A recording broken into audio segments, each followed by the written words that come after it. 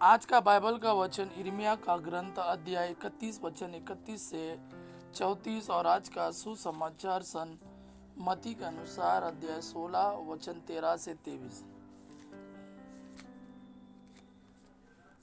यिर्मयाह का ग्रंथ अध्याय 31 वचन 31 से 34 तक। प्रभु यह कहता है, वे दिन आ रहे हैं जब मैं इज़राइल के घराने और यूदा के घराने के साथ एक नया विधान स्थापित करूंगा। यह उस विधान की तरह नहीं होगा जिसे मैंने उस दिन उनके पूर्वजों के साथ स्थापित किया था, जब मैंने उन्हें मिस्र से निकालने के लिए हाथ से पकड़ लिया था। उस विधान को उन्होंने भंग कर दिया, यद्यपि मैं उनका स्वामी था।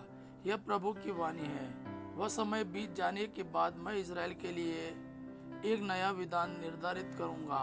यह प्रभु की वाणी है। मैं अपना नियम उनके अभ्यंतर में रख दूंगा। मैं उसे उनके हृदय पर अंकित करूंगा।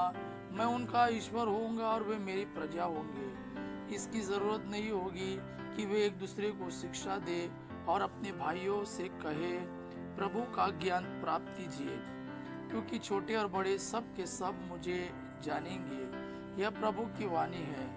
मैं उनके अपराध क्षमा कर दूंगा। मैं उनके पापों को याद नहीं रखूंगा।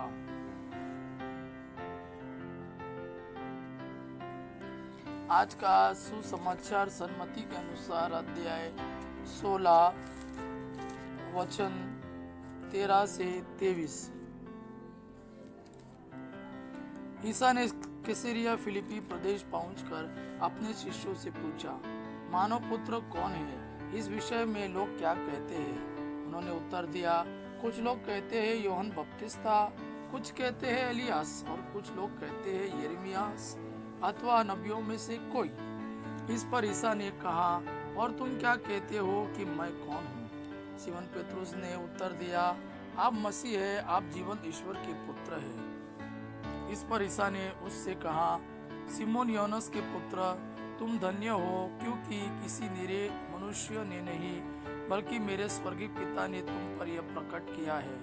मैं तुमसे कहता हूँ कि तुम पेतरुस अर्थात चट्टान हो, और इस चट्टान पर मैं अपनी कलीसिया बनाऊंगा और अधोलोक के फाटक इसके सामने टिक नहीं पाएंगे। मैं तुम्हें स्वर्ग राज की कुंजियां प्रदान करूंगा।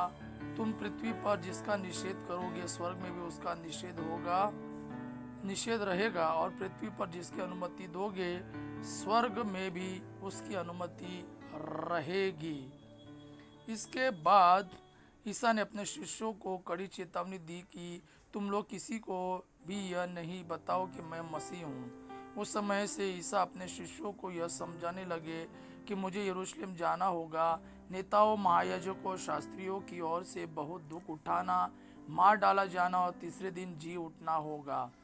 पेतरुस ईसा को अलग ले गया और उन्हें यह कहते हुए फटकारने लगा, ईश्वर ऐसा ना करे प्रभु, या आप पर कभी नहीं बीतेगी।